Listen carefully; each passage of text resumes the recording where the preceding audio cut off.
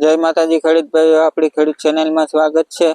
અને આજે આપણે વાત કરવાની છે કે જે તલનું વાવેતર આપણે કરવું હોય તો જમીન કેવી તૈયાર કરવી, કેવી જમીનમાં તલ થાય, અને આપણી ખાસ કે તલનો પાક છે જે ઉનાળુ તેલ વાવવાનો, એમાં આપણી ફાયદો અને નુકસાન બંને છે, તો એની પણ આપણી સંપૂર્ણ વાત કરવાની છે વિડીયોમાં।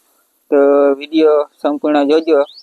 તો પહેલા આપણી વાત કરીએ જમીન વિશે અને કયો ટાઈમ છે આપણી તલ વાવવાનો એના વિશે વાત કરીએ, અને પછી ફાયદા અને નુકસાનની વાત કરીએ।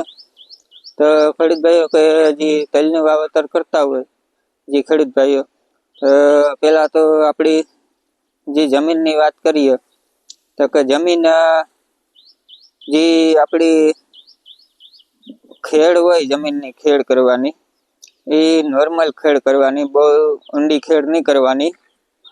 અને માપી ખેડી છે તો તલનો ઉગાવો પણ સારો આવી છે।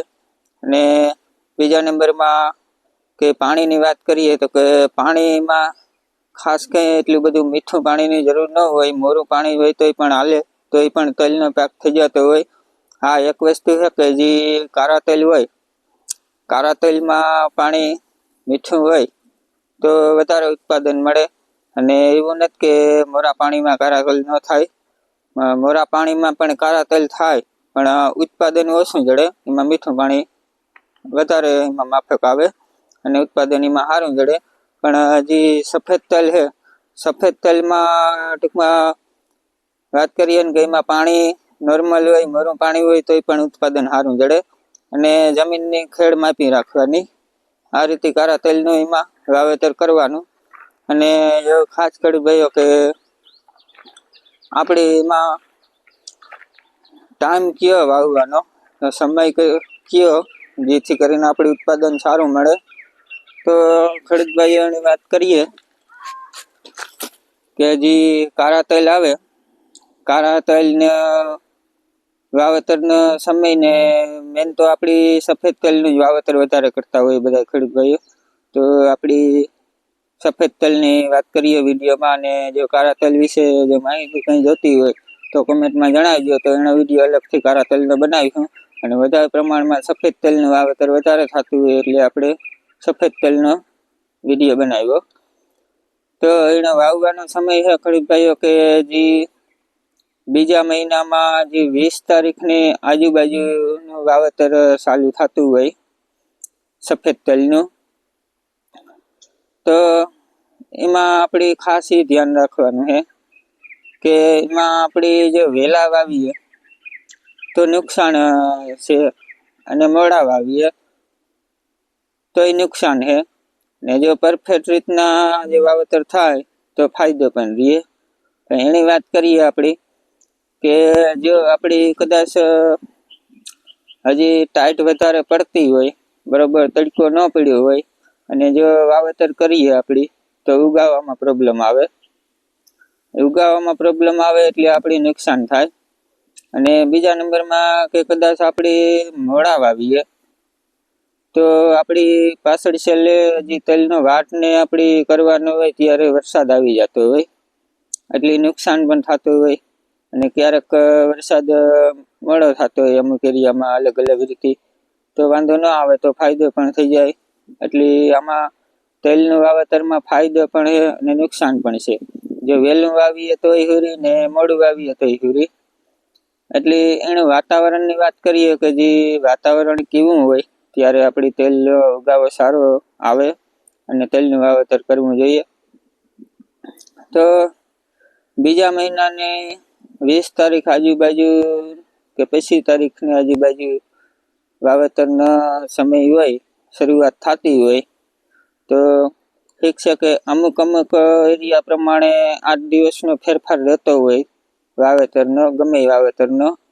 તો આપણી એક દાખલા તરીકે વાત કરીએ કે જે અમારી આ ડિસ્ટ્રિક્ટ છે, બરાબર, એમાં અમારે જે યારૂપીત હોય, જે જીરાનું કરતા હોય ત્યારે વાતાવરણ માફક આવતું હોય, ત્યારે યારૂપીતમાં અમારે 11મા મહિનાની 10 તારીખથી વાવેતર પરફેક્ટ અમારે વાતાવરણ આ બાજુ થતું હોય, આવતું હોય બધું વાતાવરણ માફક જે આપણી યારૂ પાક હોય એમાં। 11મા મહિનાની 10 તારીખની આજુબાજુ. અને ઠીક છે કે અમુક એરિયામાં તમે જોયું હશે કે 11મા મહિનાની 1 તારીખથી વાવેતર ચાલુ થઈ જતા હોય હિયારું પિત્તનું, જે જીરા અને ધાણાનું હોય એ 11મા મહિનાની 1 તારીખથી. અને અમારી ડિસ્ટ્રિક્ટમાં 11મા મહિનાની 10 તારીખથી ચાલુ થતું હોય. એટલે 8-10 દિવસનો ગાળોમાં ફેરફાર રહીએ બધાને, એક સરખું વાતાવરણ ભેગુંથી ન થતું હોય. અલગ અલગ એરિયામાં 8-10 દિવસનો ફેરફાર રહેતો હોય, જે અમે હિયારું પિત્તનું જણાવ્યું એ રીતના.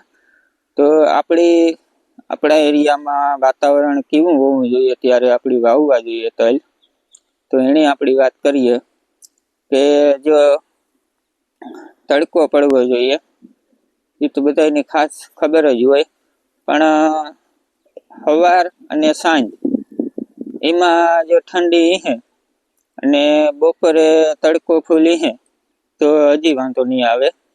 બાકી જો સવાર સાંજ ને બપોરે પણ ઠંડીનું વાતાવરણ હે તો તલનો ઉગાવો નહીં આવે. એ ખાસ કરી ધ્યાન રાખજો, તો એમાં આપણી ઉત્પાદનમાં પણ ફેલ જશે. અને બીજા નંબરમાં કદાચ ઉગતા આવી છે ને તો એમાં આપણી જીરાની જેમ લીલો હુકારો ને એ રીતના આવતા હોય તલમાં હુકારાની શક્યતા. એટલે એનું વાતાવરણ સરખું માફક ન આવે, અનુકૂળ ન આવે, એટલે તલનો ઉગાવો ન આવે. અને ખાસ કરીને એ હરખા તલનો ઉગાવો આવે ઉગે તો એ પણ એ હરખા વધે નહીં ને માંદા જ રહીએ તલ. એટલે ખાસ કરીને વાતાવરણ પણ જોવું, એવું નહીં કે આપણી બીજા મહિનાની 20 તારીખે કીધું એટલે 20 તારીખની આજુબાજુ વવાઈ જવા જોઈએ તલ. ને વાતાવરણનું કાંઈ નક્કી નંબરે 8-10 દિવસનો ફેરફાર થતો હોય, એટલે વાતાવરણ જોવે અને આપણી તલનું વાવેતર કરવાનું. ઠંડી ન બહુ પડવી જોઈએ, સવાર સાંજ પડે તો હાલીએ, દિવસમાં પાછો ગરમી તડકો હોવો જોઈએ તો આપણી તલનો ઉગાવો સારો મળશે.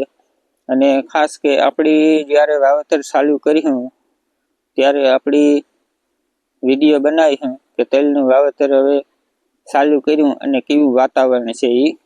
અને તમને ખબર જ છે આપણા જે આ સબસ્ક્રાઈબર મિત્રો છે બધા, એને ખબર જ છે કે હું તલનું કે ગમે એનું વાવેતરના વિડીયો મૂકતો હોય, જે સેટિંગના કેટલું આપણી વાવેતર કરતા હોય એના સેટિંગ વિશે, બિયારણનો માપ ને બધું વહેણીનું જે સેટિંગ આવતા હોય એ બધા મૂકતો હોય. તો બધાને ખબર જ છે. તો આપણે જ્યારે ચાલુ કર્યું તલનું વાવેતર ત્યારે સેટિંગના વિડીયો મૂકશું વહેણીના વાવેતરના. બીજા નંબરમાં વાતાવરણ કેવું છે એ પણ જણાવીશું આપણી વિડીયોમાં. તો ખેડૂત ભાઈઓ, આમાં તલ વાવવામાં ફાયદો અને નુકસાન બંને છે.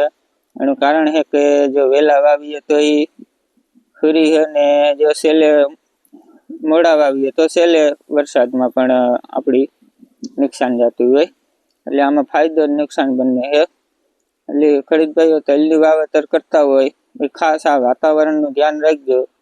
અને આ રીતના ટૂંકમાં બીજા મહિનાની 20 કે 25 તારીખની આજુબાજુનું વાતાવરણ જોઈ લેવાનું, ત્યારે એનો પરફેક્ટ ટાઈમ વાવેતરનો થાય. પછી વાતાવરણ ઉપર આધાર રહીએ, 8-10 દિવસનો ફેરફાર રહીએ. તો ખેડૂત ભાઈઓ, વિડીયો સારો લાગ્યો હોય તો ચેનલમાં લાઈક આપણી વિડીયોમાં જરૂર કરી દીજો.